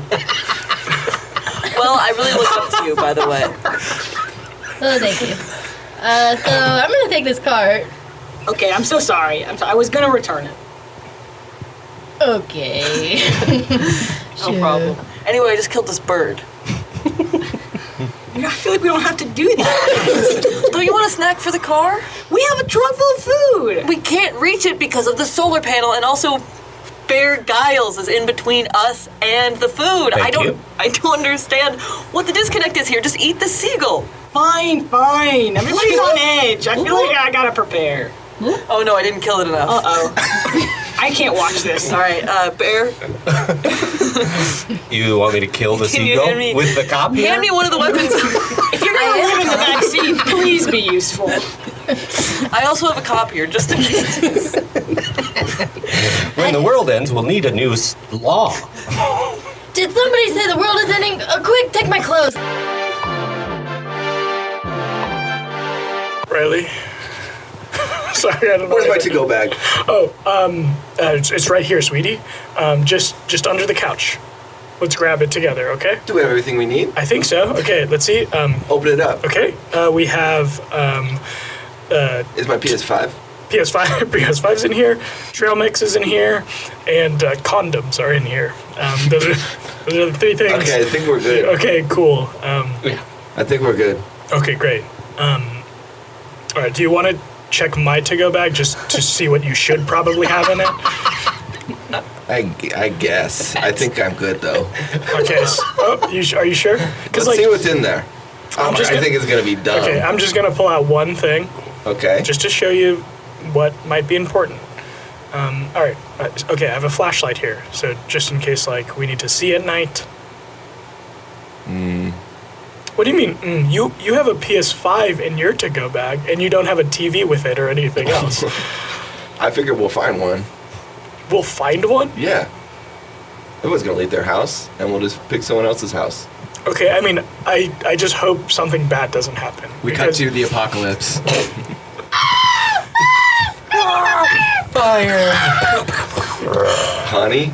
Yes. This is awful. I know. There's not a TV anywhere. Okay, we have to keep quiet, okay? Because we're just outside right now, okay? Just shut up.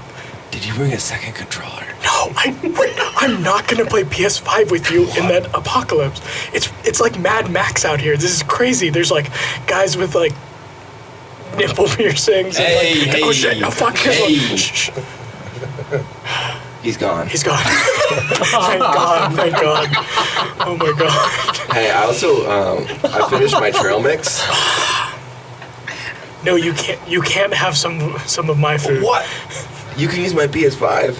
No. Hey. Oh, he left. Wait, who's that? Who's that? Oh, who the hell are you? Who are you? Oh my God, a normal person. Oh my God, it's crazy Mad Max out here. Yeah, that's why I ducked into this house. God, I just wanted to let off some steam or something. I miss the old days where I could relax and play video games. Oh, I can't believe you wouldn't happen to have a second controller? This is awesome. Well, it's not like you have a TV, right? No one has a TV these days. Well, I figure we'll eventually find Okay, one. see? Right? Help! Wait. Somebody take this. Can somebody take this thing? I need to take this thing for me. It's a TV. It's a TV. Oh my God. We'll take that off your hands.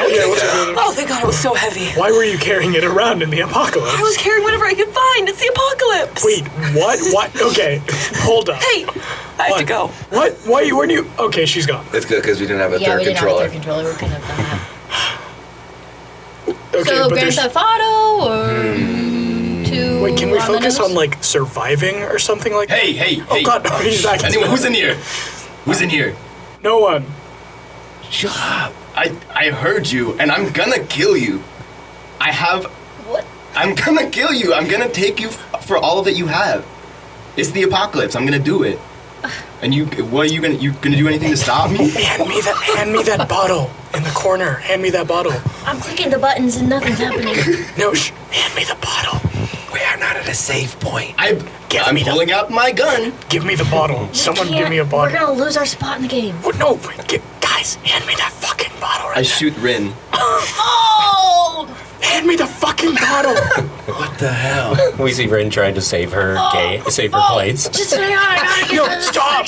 Unplug the fucking game. This isn't about the game. Anybody have a med kit? Oh, that was a direct headshot. That was a direct headshot. And it affected me emotionally. Yeah, she's still okay. She's still alive with it. Just gotta get to the next chapter. Hey, can somebody clean the screen? There's blood all over it. Wait, who are you? I just been watching through the window. Please, everyone gather round. Your suggestion for a slacker is Play-Doh. Play-Doh. Hey, I don't feel so good. Tommy,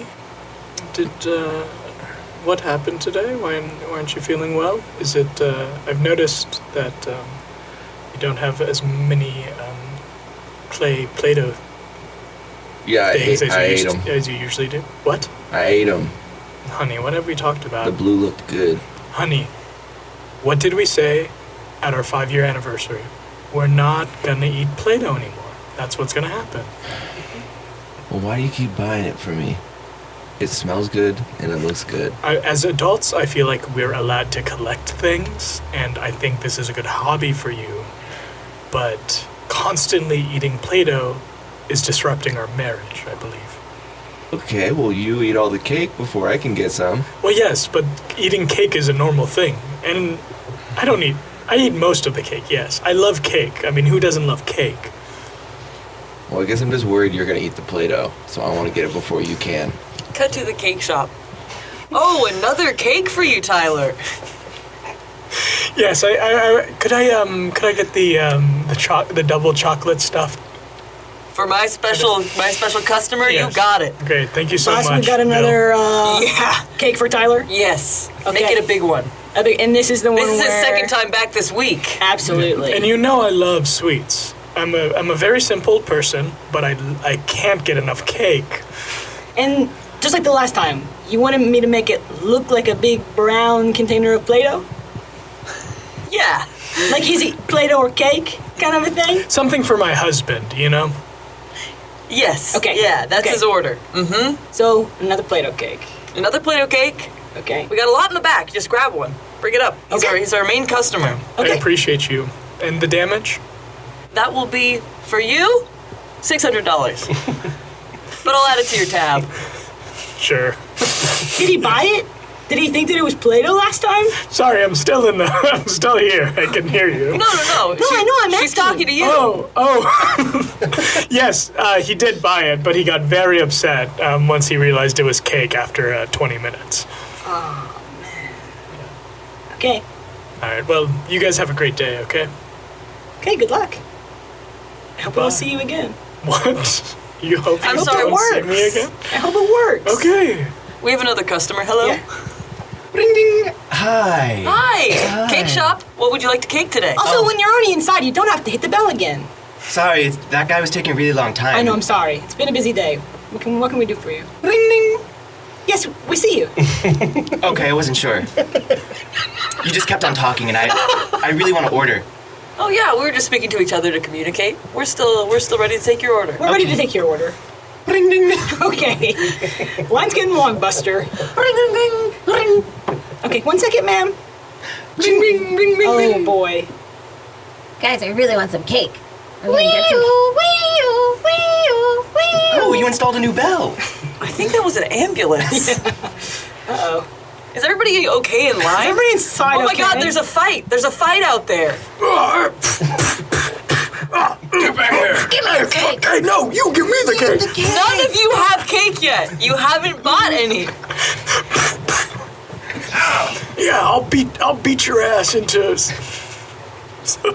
I'll beat up your ass. What? I'll beat up your ass, dude. No, thanks. Boss, are they beating each other's asses because I'm making the cakes too good? I'm gonna continuously beat your ass, I'm dude. gonna beat up your ass. Maybe I'll make out. I'm gonna beat you up. Your cakes are too delicious. Oh no! Damn, this cake's gonna be in your ass. Oh Ding, ding, ding, ding, ding. Hey, health inspector here. Oh, God. We actually had a specific complaint about this establishment. The cakes appear to be too good, and it's causing quite a scene in the community. People are crisis? causing fights. It's a health crisis. Because people are putting the cakes in their ass. People are putting cakes in the ass. no! It's become a drug. Oh my god. Yeah, so if you Word could just travels fast. if I you was could afraid make the this would cakes less happen. good. I was afraid this would happen when I hired Ellen. She's the know. best in the biz. I keep having to move town to town because of this issue. Cut to the high school football stadium under the bleachers with Matt. Hey man, do you guys have anything like new, crazy? I tried acid, I tried shrooms. Like I'm trying to look for something like real good that'll get me going. Yeah, man, we got this new shit. And then I pull out. What the hell? That's just a piece of cake. What do you mean? No, yes, it's cake, but if you look at it, it kind of also looks like Play-Doh. Oh, okay. Most people think it's Play-Doh at first. Sorry. Does this like get you high or something like that? Like, People go pretty crazy. okay. Do you think I could bring it to my next rager and people would like it? People might start beating each other's ass and stuff if you bring it to a party. Okay, I don't know if I want Cut that. to the rager. My ass! Turn down the music! My ass! It's on fire! Oh, God! Oh shit, the cops are Cops, here. the cops. Guys, run! I can't run! It's on my ass! No. It's so hard to run because my ass hurts so much. Kids! You got some of that cake, Play-Doh? No! We don't have any officer. We don't have any officers. We see all the kids shove it up their ass. No! I was hoping to get a bite. Wait, what? Ew, that's really messed up. This were hoping to cop get a- is corrupt. I'm gonna tell my mom on you. And the news If outlets. you tell your mom, you're gonna have to tell her that you shoved cake up your ass. Right, maybe we'll go to like the LA Times or something. James, like you're that. such a mama's boy. Go. Well, I am. Well, mom was here at the party tonight. Yeah, The we supervisor. saw her, Yeah, James. it was like and pretty it was weird. Yeah. Why? She was having Weird fun. vibe. Yeah, she like let her hair down and started swinging it all around, and it made us really uncomfortable. Okay, we were trying to do cake drugs. The divorce was hard on her, okay? She's looking for something new and exciting. Oh, is she single? She is, yeah, officer. James, you can't let your mom date a cop. I don't know. I mean, Oh, what are your who's interests? this guy? Oh, there's my mom. Oh, hi, Mrs. Hey, Tennis. Mrs. Tennis. Tennis. Yes, I'm Mrs. Tennis. And I need to live again, you know? The divorce is hard. Oh, your hair, it hit me in the face. Cut to their first date. So, you're a cop, huh? Guilty. I love that. We see they're at a donut shop. Ooh, so, what do you like to do for fun? Well, have you heard of this new cake Play-Doh? The young kids are talking about it. They're just shoving it up their ass. Well, that's what I like to do for fun. Oh, you too? Have you tried it? I did try it, and I will say it was a good time. Okay, this is good news. And here's your donut holes. You know what these are for. These like Surprise! I'll close the bra. Blah, blah, blah. I'm sorry. You guys make me nervous. He's been trying the donut holes. You gotta know your product. Yes. Cut to all three of their first date. It's crazy. This is great. Oh, what a good time. I've been needing this. And what is this? Cannoli shop? Yeah. Cannoli with quotation marks around it, if you know what I mean. Tyler, is that your mom on a date with a donut hole guy and a cop? Yeah, she's again. The divorce was very hard on her, and she's trying something new. Do they have to hang out at Taco Del Mar? I wanted to get a burrito. I know, and it's weird because it's attached to a cannoli shop, so it's like this weird thing. But I think if we just don't look at them, they won't Kids, notice. do you Fuck. want a cannoli? No, extra. Miss, they're a little young for that. Oh, let them live a little. Mom, I think I'm fine. We're just gonna get tacos. Tacos at their age? Tacos, it's kind of boring for y'all. Okay, Mom. I know you're, going through it and stuff, but you don't have to be mean. Well, that's me. Cut to her husband talking to the son. I just wish my ex-wife wasn't so mean. I know, Dad. And I know you probably shouldn't hear this, but Mom's like going out with a cop and a guy who owns a donut shop. Are you fucking kidding me? Yeah. At the same time, it's like they're calling it almost polyamory, but not really. Which I don't. What get. makes it not really? I don't. Honestly, I don't know. Mom just says she just likes to have fun now. So. Oh, now she wants to have fun. I know. Dad, I know. Yeah. Can we just get back to like cutting this tree down? I guess so, son. I'm sorry to bring you into, you and your mom's, my mom and your mom's troubles. It's okay, Dad. I appreciate that we can go and cut down trees together and stuff like that. I'm glad we can bond over destroying the forest together. What are you doing in my backyard? Oh shit! Run! Dad, run! Dad! Hey! Oh shit! Jump they over called the this fence. cops! Oh shit! Run, son! Oh, Dad, I tripped. Oh, you're on your own. What, Dad? Sorry. Love you. Cut to Riley's log cabin. Oh, my trees. Oh, my trees. I can see the road now. Brother, you cut them down. You cut a lot of these down yourself to make the cabin. I know. And now you're worried about deforestation? Well, I left certain ones to keep it as a forest.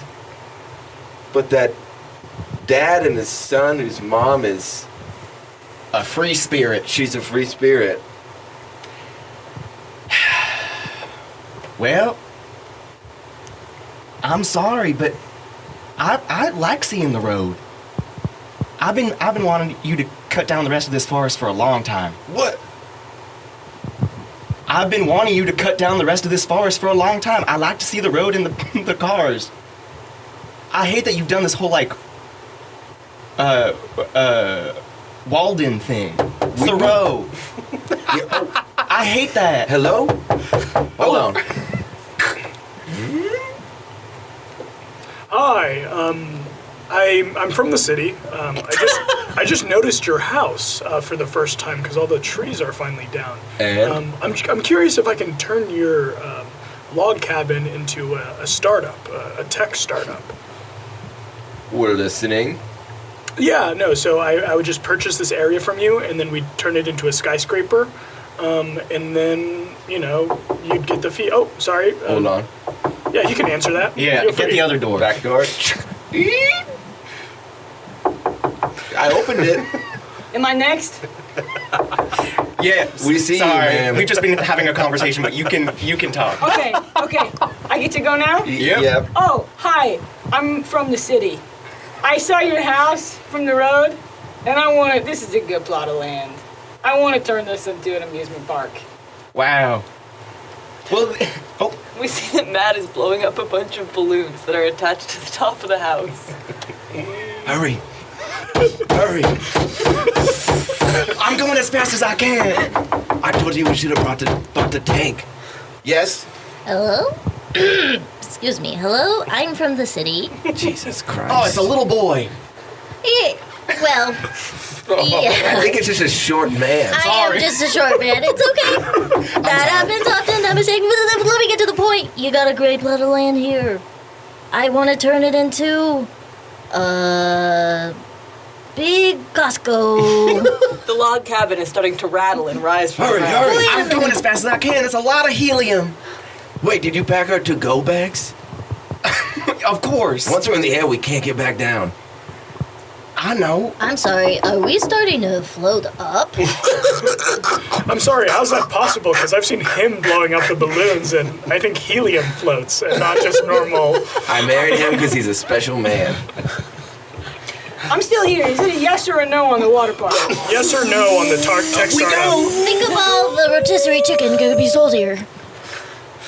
The log cabin has raised up from the ground. Everybody is still back on the ground except for the two who live there and the little boy / man. Oh, thank God you're with us. Who is dressed a lot like a Boy Scout, by the way. What? I've got this little cap. You're our son now. White. You're our son now. Perfect. All right, let's do one more. Old man just Do you have time? Rip one more? Yeah, I'll do one more. Yeah. You can also step out. Are you whenever gonna just choose one of the sets, or how's that work? I don't know. I probably, or I might split it up over 2 episodes. If I have 5 teams booked, so if I could do 10 episodes, Yeah. which is like a season. For sure. And then bonus episodes would be with me, maybe. Oh, yeah. We'll see. I don't Or you have it could all have figured 15. out. Or I could do 15. That's quick math.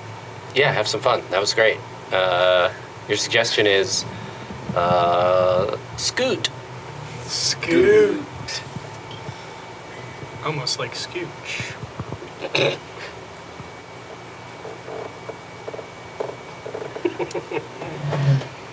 Oh, well. I guess it's probably time for me to scoot on out of here.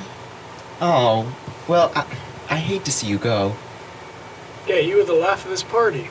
Well, you know, I can't stay here forever, and at some point you guys have to entertain yourselves. Please don't go. Is this a metaphor about you dying eventually, soon? You're trying to prepare us, the family, for your death? Okay, well, I honestly wasn't thinking about the cancer, but thank you for bringing that up, Jimmy. What the hell, Jimmy? Jimmy, that's so come on. rude. It's crazy that I'm the only one whose mind it's on. You just told us, like, a week ago. Yeah, and we're just, trying to have a good time, pretend it doesn't exist. Grandpa, how are we going to be able to survive without you here when you're the most entertaining person we know? So entertaining. Well, that's a great question, Sally. We all love your Bill Clinton impression. Yeah, do it, Do it, please, for us. Do it. Oh, it's getting late. Right now. Oh, come on, Grandpa. Please. These are the memories that will cling to you when you pass. I just opened a beer, weirdly. How was that Take whistle? a beer.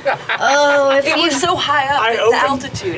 It's real packed. Clinton. Okay, all right. If it'll make you happy, I did not have sexual relations with that woman.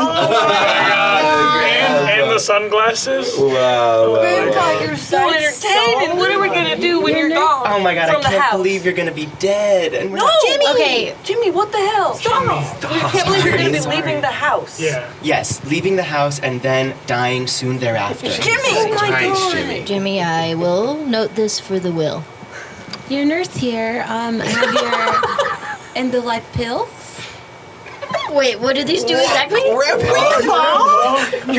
you on Cyanide? Do I want to take these right now? Cut to the will reading. Hello, all the family is here? Yes. Okay, great. And the nurse. And the nurse is here, great. Well, so sorry your grandpa left the night. Why'd you say it like that?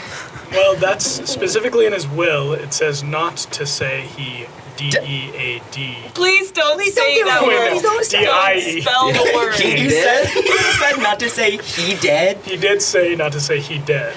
So You said I'm not going to say it anymore from this year. Okay, I so, want us to confront it head on. all right. Jimmy, sit down. I'm going to read the... This family doesn't confront things head on. Yes. We use euphemisms, and that's how we cope. I'm going to read it, the will. Hey, family. What's good? Oh, he's so cool. He was so cool. Oh my Wait, God. can you do it as Bill Clinton? Yeah, Help us remember him. Clinton. No, I don't do it. Clinton. Here's the sunglasses he always wore. All right, I'll do it. Well, I did not have sexual relations with that woman. That's what it says here. It wasn't as funny as Well, I'm not taking the your sunglasses grandfather. back. Yeah, maybe ow. drop the Clinton What impression. if someone were to give you like a diagnosis, maybe that would make you funnier? Would you like some intellectuals? No.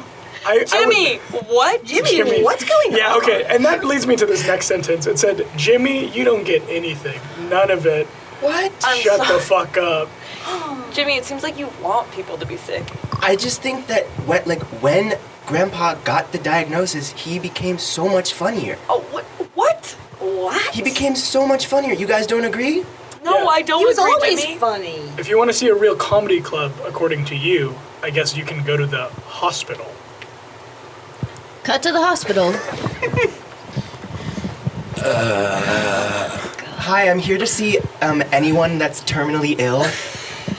Oh, I've only got 1 day left. Oh, you two are perfect. What? Quick, say something. Oh. Water, please. That's good. That's good. Excuse me. My head hurts so bad. Excuse me, sir. This is for friends and family only. Do you have any relationship to these people? Oh no, but in a way because they're terminally ill, right? They've been given this diagnosis. Yeah, about 1 day. Oh. Poor souls. I'm in so much pain. Yeah. Hey, you're one of those sicko snickerers, aren't you? You like to laugh at sick people. Oh, is that true? I guess I didn't know that there was a term for it. We're in a hospital. It happens all the time. We get people There's like a that. term, Sonny. You're a sicko snickerer, and we don't want any more of your kind around here. Go get! No, but I just got released from my family, and now I just wanted a place where I could feel at home. Did Where you somebody can just laugh? call Sicko Snicker Security? Yes. Oh Call my it. God. There's a sicko snickerer right over We here. had one on level 2, so I'm sorry I'm a little behind, but I will get this one out of here. He almost slipped Sorry, through ladies. the cracks. He looked so... Reverend. Yeah, I'm sorry. That was my fault. It won't happen again. I look reverent? Yes, you look like you might be. You have the look where you might feel reverent about the sick, but you're not. You're a sicko snickerer. Yeah, here's the cuffs. Don't take him away. He makes me feel good. Only have 1 more day to live. Oh. No one's ever thought I was funny before. Oh. Well, okay. Does anybody have any sunglasses? Whoa. Hey, I do. Can I put them on? Yeah, sure. I'm the coolest bitch in town. Whoa. You can keep that. Check this out. I didn't have sexual relations with that woman. Okay, that's really Okay. Oh my gosh. It's so sad he's about to die. Cut to Matt and I on the couch. Wow, this new season of Scrubs is awesome. It's so funny when they got the sickos. It's got so much funnier since they've introduced all the sickos. Yeah, I know. I mean, and I'm just happy Zach Braff's not back, you know? That guy's so weird. And I also have some beef against him. What's the beef you have with Zach Braff? Just like, I was waiting at a restaurant one time, and he was just like, yeah, you know who I am, you know? And like, that's kind of the beef, I guess, with us. He said that? Yeah, something like that. I don't really remember. This was like years ago, before I got into insurance. Oh, what a jerk. Yeah, I know. Do you like the new guy who's like the lead in it? Yeah, I like him. Yeah. Jake Jabor? Yeah. He's great. He's really good. I think he seems really prepared. Yeah. So like, what are you doing for the rest of the night? You want to like go home, or like you want to stay here? Cut to the restaurant. Wait a minute. Are you Jake Jabor? Yeah. Oh, okay, sorry. Wasn't expecting this. I'm kind of nervous. Can I get a... Wait, Jake Jabor's here? Yeah. Oh, okay, all hands on deck, all hands on Can deck. we get a picture Also, with sorry, you? is that Jake Jabor? Does anybody have any sunglasses? Oh my god. It's me, Florence Pugh. Who? Did you say Jake Jabor is here? Yeah, Yes, he's Florence. right here, He's right Florence. I've always wanted to meet him. Do you think he'll be nice? Let us take a picture with him? I hope so. We can absolutely take a picture. Florence, Florence, can you take this? stop following me around. But you're so good in Scrubs. You're like my ex, but so much better. Hi, it's me, Scarlett Johansson. Oh my God, Jake Jabor. ScarJo, please. I know I have a husband. Leave me alone. And it's me, Patrick Warper. Jake Jabor. That's cool. Please leave me alone, Patrick. Hey, it's me, Denzel Washington. Is that Jake Jabor? You know that it is, Denzel. All we want is one little autograph Sure. and one little hug. Right. And to spend unlimited time with you. Yeah. Mm-hmm. Yeah, and I suppose, Denzel, you want another autograph for your son? Another one for him. You know he needs it. He keeps using them up. Yeah. But you want me to write it to Denzel? Well, yeah, and maybe put, John David on the side. It'll make him feel good. Okay. All right. Okay, everybody. Cut to Denzel and John David Washington's next meeting. Did you get it, Dad? Eating. Son, I'm so glad we came to this meeting. Just to let you guys know, you only have 15 minutes left in the conference room. Yeah, I'm up next in the conference room. So. Dad, why'd you take so long to get here? You know I only had this for an hour. Son, I have a busy schedule. Yeah, So I you know. know who I am? Yes, I know who you are, Dad. Okay, never forget it. And I haven't been in a movie since Tenet. So. I know. I can't help you with everything, Did you son. talk to him about me getting on Scrubs? I tried. And, Did you actually try? Or No. did you? Can I see the autograph? well, I must tell you, you're there. You just have to look a little harder, If you look to the side, Denzel in big writing. Excuse me. It's me, Brendan Gleeson. I'm here to meet with my son, Donald. You have the father-son conference room? Yeah, we have it for 10 more minutes, asshole. Is it ready yet, Dad? Not yet. Thank You guys can come in. You guys can come in. I couldn't remember how to do it. Oh, that's all right, Pop. Can you guys talk to any directors you know about getting me in something? Aren't you in The Creator? Yeah, but that's it. Not a Son, I lot. did all I could for you. And here we are. The good news is there is kombucha on tap here at this co-work space. Has anyone seen Truman? Which one? What? Hanks! Truman Hanks!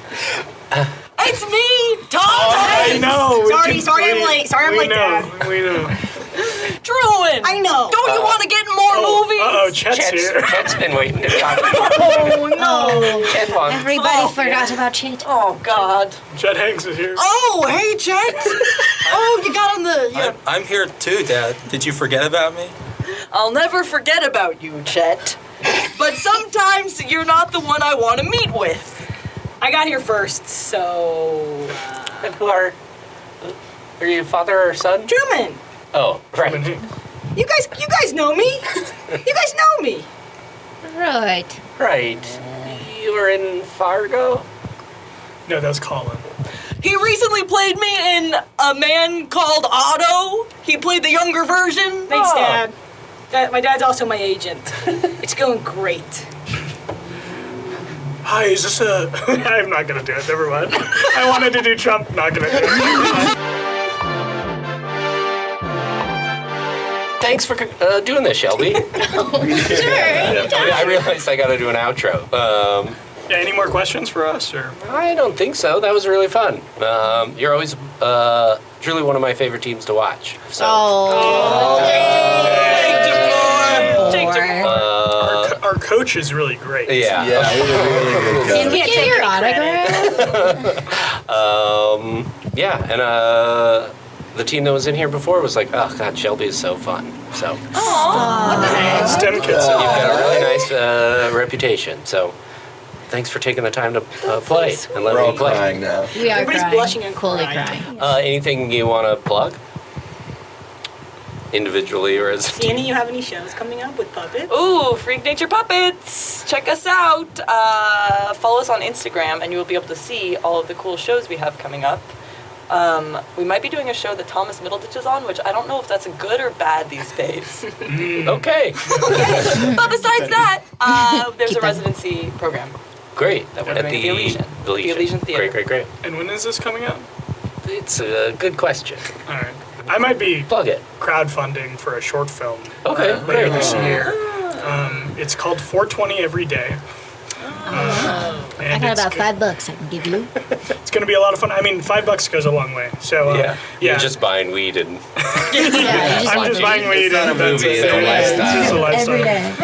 It's called I Smoke Weed for research. Oh, no, buckaroos. But yeah, we go into production of that at the end of the year, and then it's probably going to be called 420 Every Day, like film on Instagram. So hopefully that'll be out by the time this is out. Is it highbrow? And do you know me? There's a pun.